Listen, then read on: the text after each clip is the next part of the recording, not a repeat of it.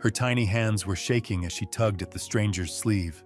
Tears streaked down her face, her voice breaking with every word. "They hurt my mama. She's dying." The room fell silent. Glasses clinked to a stop. Every eye turned. But the man she had chosen to beg was no ordinary stranger. He was the most feared Mafia boss in the city. And what he did next, no one in that room would ever forget. Stay with me until the end, because this story will shock you to the core. Before we begin, don't forget to like this video, hit subscribe, and comment where you're watching from. Now, let's get into it. It's a cold Tuesday evening in downtown Chicago, 1987. The Golden Palm restaurant buzzed with the usual crowd of well-dressed men conducting business over expensive wine and hushed conversations. This wasn't just any restaurant. This was Vincent Torino's domain. Every waiter knew to keep their ears closed and their mouths shut. Every patron understood the unspoken rules. You minded your own business, you paid your respects, and you never, ever caused a scene. Vincent Torino sat at his usual corner table, a mountain of a man whose very presence commanded respect and fear in equal measure. At 53, he had built an empire that stretched across 3 states. His dark eyes missed nothing. His word was law. And tonight, like every Tuesday for the past 15 years, he was conducting the weekly meeting with his lieutenants. The conversation flowed in low, measured tones. Numbers were discussed. Territories were divided. Problems were addressed with surgical precision. This was how Vincent operated. Methodical, calculated, without emotion clouding judgment. He had survived in this business longer than most because he understood one fundamental truth. Sentiment was weakness, and weakness got you killed. But then something happened that would shatter the carefully constructed walls Vincent had built around his heart. The restaurant's heavy oak door burst open with such force that it slammed against the wall. Every head turned. Conversations died mid-sentence. The maitre d' rushed forward, his face pale with panic. But before he could intercept the intruder, everyone saw what had caused the commotion. A little girl, no more than 7 years old, stood trembling in the doorway. Her clothes were torn and dirty. Blood stained her small white dress. Her dark hair hung in tangled knots around a face streaked with tears and grime. She looked like she had run through hell itself to get here. The child's eyes swept the room desperately, searching for something, someone, anyone who might help her. The restaurant's patrons stared back in stunned silence. Some looked away, uncomfortable with the intrusion. Others whispered among themselves, annoyed that their evening had been disrupted by what they assumed was some street orphan looking for handouts. But the little girl wasn't looking for money. She was looking for salvation. Her gaze landed on Vincent Torino's table, and something in those innocent brown eyes recognized power when she saw it. Maybe it was the way the other men deferred to him. Maybe it was the expensive suit or the gold watch that caught the light. Or maybe, just maybe, it was something deeper. A child's instinct recognizing the one person in that room who could actually do something. Without hesitation, she ran straight toward him. The room held its collective breath. Vincent's bodyguards tensed, hands moving instinctively toward their jackets. This was unprecedented. No one approached Vincent Torino uninvited, especially not like this. But before anyone could react, the little girl reached Vincent's table and grabbed his sleeve with both hands. Her tiny fingers clutched the expensive fabric as if it were a lifeline. And then she spoke those words that would echo in Vincent's mind for the rest of his life. "They hurt my mama. She's dying." The silence that followed was deafening. You could have heard a pin drop in that restaurant. Every eye was on Vincent, waiting to see how the notorious crime boss would handle this unprecedented situation. His reputation was built on being untouchable, unfeeling, a man who showed mercy to no one. Vincent looked down at the child clinging to his arm. Her face was turned up toward his, those brown eyes wide with desperation and hope. In that moment, something shifted in the hardened criminal's chest, something he hadn't felt in decades. You see, Vincent Torino hadn't always been the cold, calculating crime boss that Chicago feared. Once upon a time, he had been a different man, a man who understood what it meant to lose everything that mattered. 30 years earlier, Vincent had been married to a woman named Maria. She was the light of his world, the only person who could make him laugh, who could soften the edges that life had sharpened. They had dreams of starting a family, of building something beautiful together despite the ugly world Vincent operated in. But those dreams were shattered one night when a rival family decided to send Vincent a message. They didn't come for him directly. That would have been too easy, too expected. Instead, they went after the one thing they knew would destroy him more completely than any bullet or bomb ever could. They went after Maria. Vincent came home that night to find his world torn apart. His wife, his future, his heart, all of it gone in an instant. The investigation went nowhere. The police asked questions they already knew they'd never get answers to. And Vincent learned the hardest lesson of his life. In his world, love was a liability that could be exploited by anyone ruthless enough to target it. From that night forward, Vincent Torino built walls around his heart that no one could penetrate. He became ruthless because ruthlessness was survival. He became feared because fear was respect. And he became alone because alone meant no one else could be used against him. For 3 decades, those walls had held firm. No amount of pleading, threatening, or bribing had ever made Vincent Torino show mercy when mercy wasn't profitable. He had ordered hits on men who begged for their lives. He had foreclosed on businesses while owners wept at his feet. He had sent fathers to prison while their children cried in courtrooms. But now, looking down at this little girl who reminded him so painfully of the children he and Maria had dreamed of having, those walls began to crack. The child's grip tightened on his sleeve. Her voice came out in broken sobs as she tried to explain what had happened. Through her tears, Vincent began to piece together a story that made his blood run cold. The little girl's name was Sophie. Her mother, Elena, worked at a small flower shop on the south side of the city. They lived in a tiny apartment above the shop, just the two of them trying to make an honest living in a neighborhood where honest livings were hard to come by. But their neighborhood was also territory disputed by 2 rival gangs, both of whom demanded protection money from local businesses. Elena had been caught in the middle, unable to pay both sides, unwilling to choose between them. And tonight, that impossible situation had finally exploded into violence. Sophie's words came out in a rush, punctuated by hiccups and sobs. She described how the men had come to the shop after closing time, how they had demanded money her mother didn't have, how the situation had escalated when Elena tried to protect the little bit of cash they needed for rent and groceries. And then Sophie described something that made even Vincent's hardened associates shift uncomfortably in their seats. The men had beaten her mother unconscious and left her bleeding on the floor of the flower shop. Sophie had hidden behind the counter, watching in terror as they ransacked the place, destroying everything her mother had worked so hard to build. When they finally left, laughing about teaching the neighborhood a lesson, Sophie had crawled out to find her mother barely breathing. "I tried to wake her up," Sophie whispered, her small voice cracking. "But she won't open her eyes. There's so much blood." The restaurant remained frozen in that moment. Vincent's lieutenants exchanged glances, unsure how their boss would respond to this unprecedented interruption. Some of the other patrons had begun to whisper among themselves, clearly uncomfortable with the scene unfolding before them. But Vincent Torino wasn't thinking about his reputation or his image.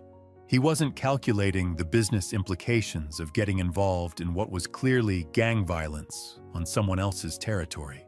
For the first time in 30 years, Vincent was thinking with his heart instead of his head.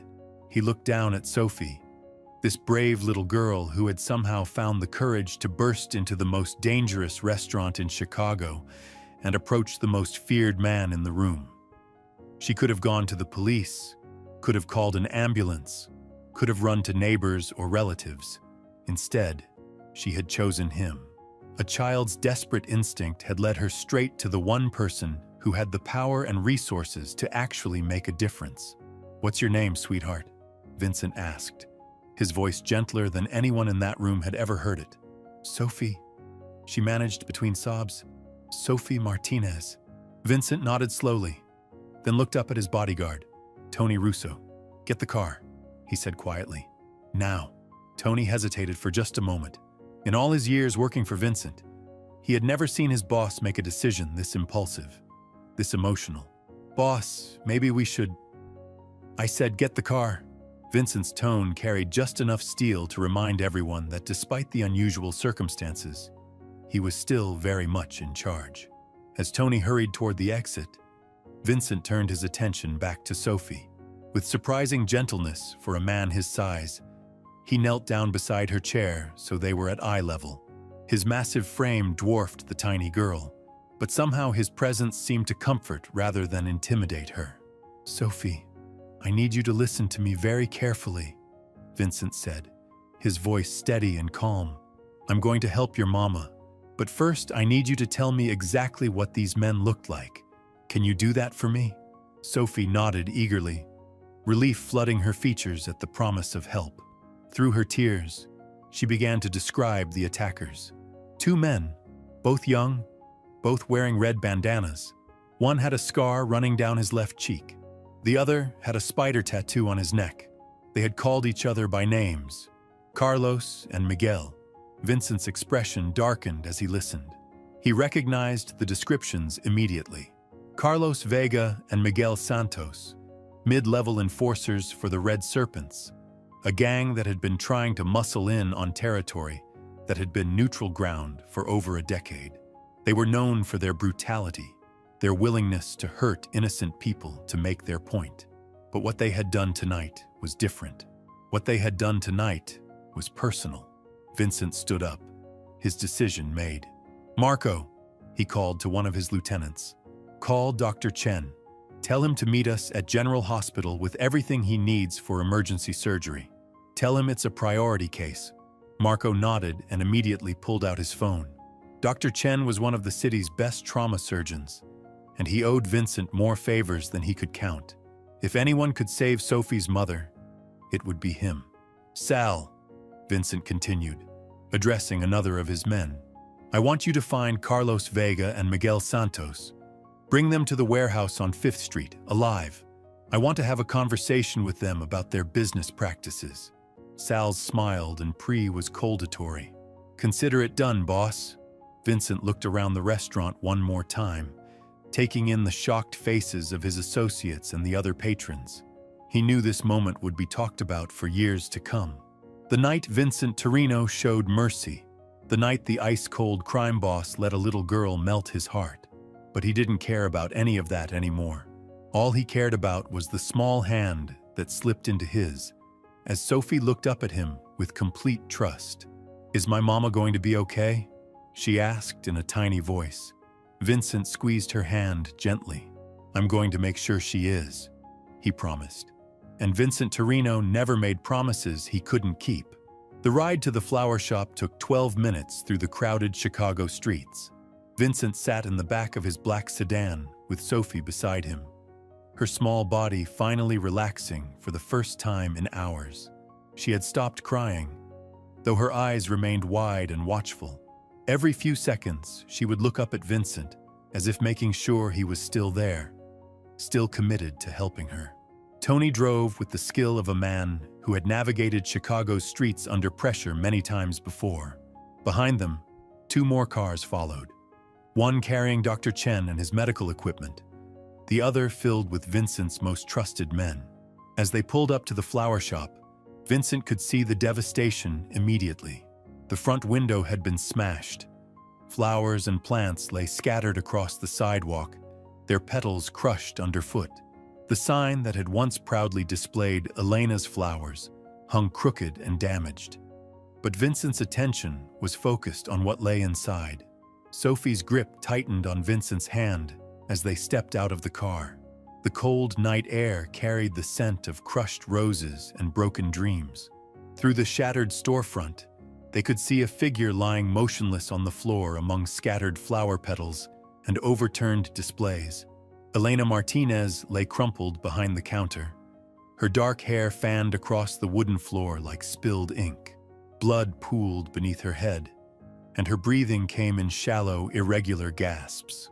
Vincent had seen enough violence in his lifetime to know she was fading fast. Dr.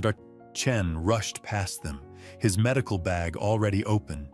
He knelt beside Elena, his practiced hands moving quickly to assess her injuries.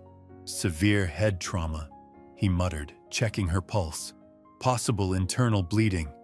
We need to move her now." Vincent watched as the doctor worked, but his attention was divided. Sophie stood frozen in the doorway, her small frame trembling as she took in the destruction of everything she knew. Her home, her mother's life's work. All of it lay in ruins around them.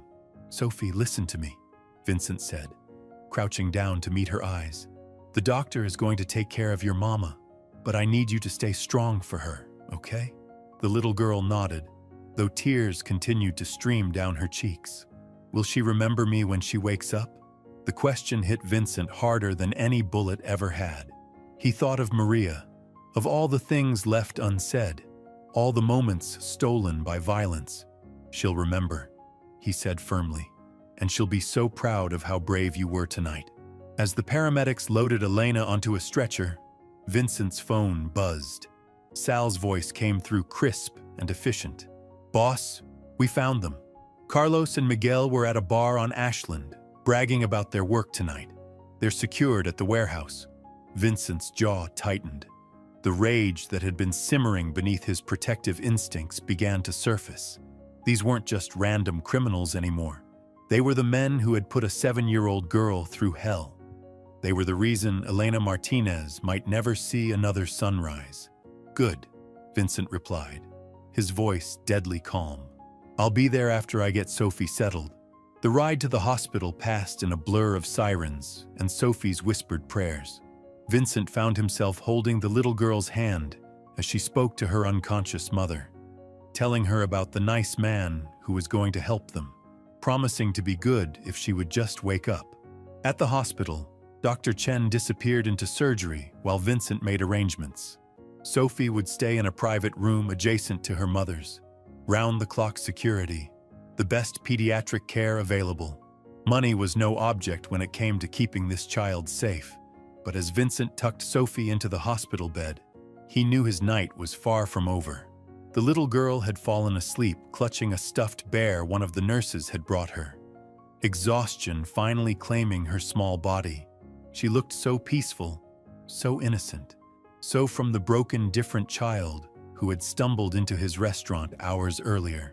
Vincent stepped into the hallway and pulled out his phone. "Bring Tony the car around. It's time to visit our guests." The warehouse on 5th Street was one of Vincent's more discreet properties. No neighbors to hear sounds, no windows for light to escape, just thick concrete walls and the kind of privacy that allowed for serious conversations.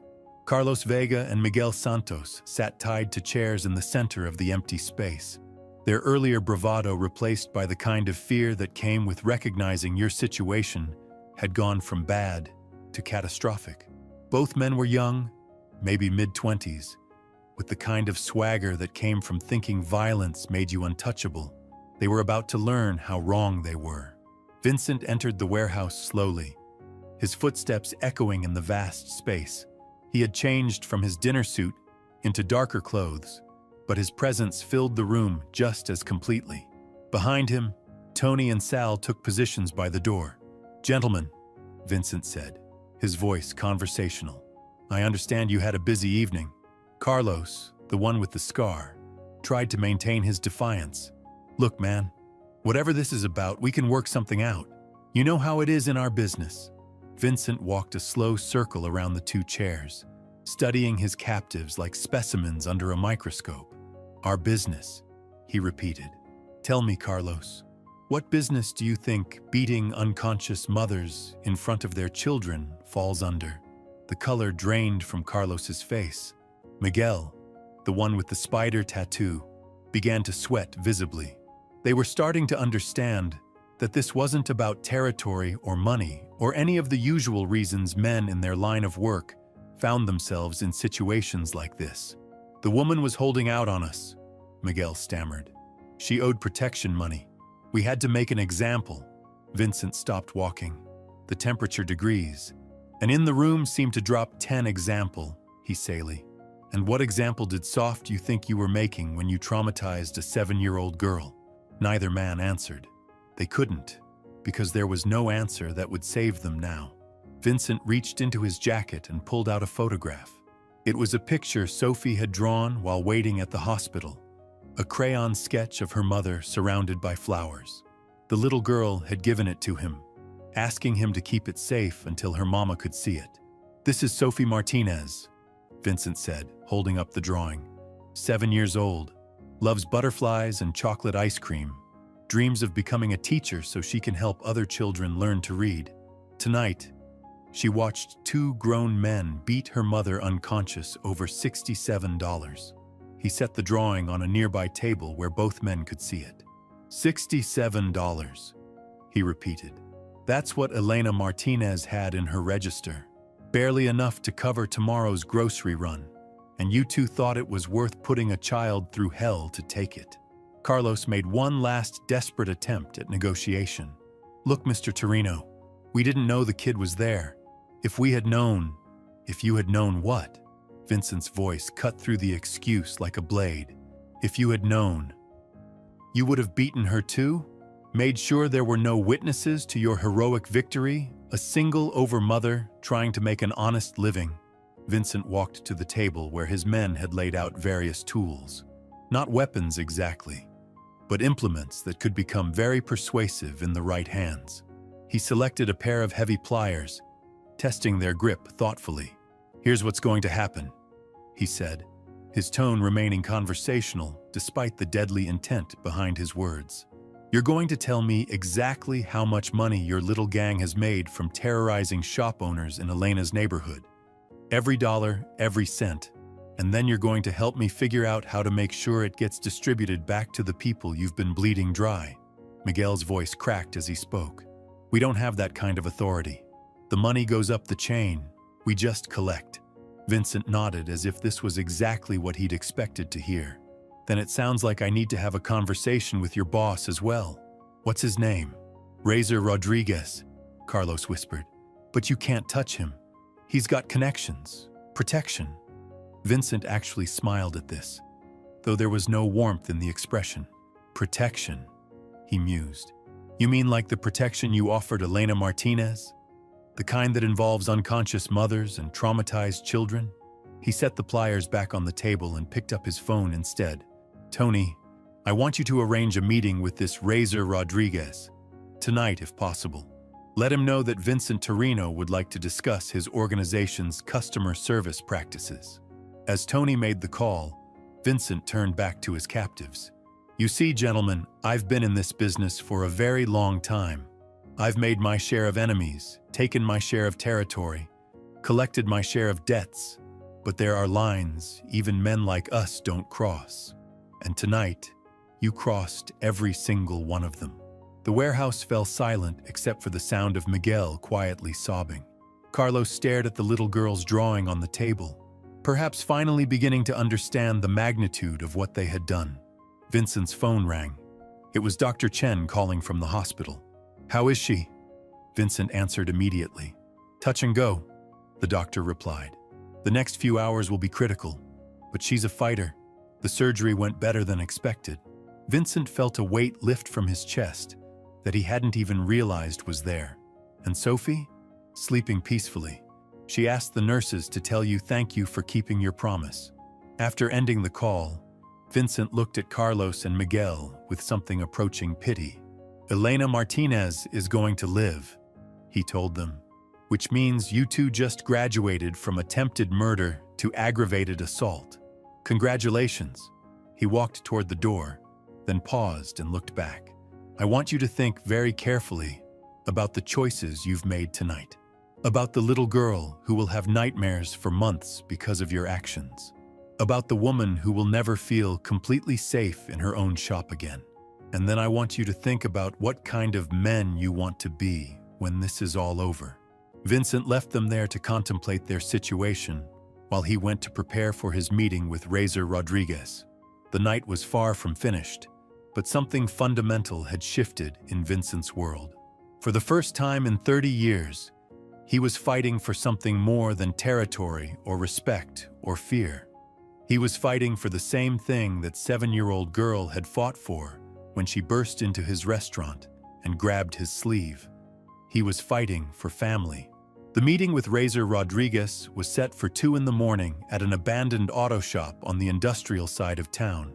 Vincent arrived with Tony and 3 other men, their black sedans cutting through the empty streets like shadows against the flickering streetlights.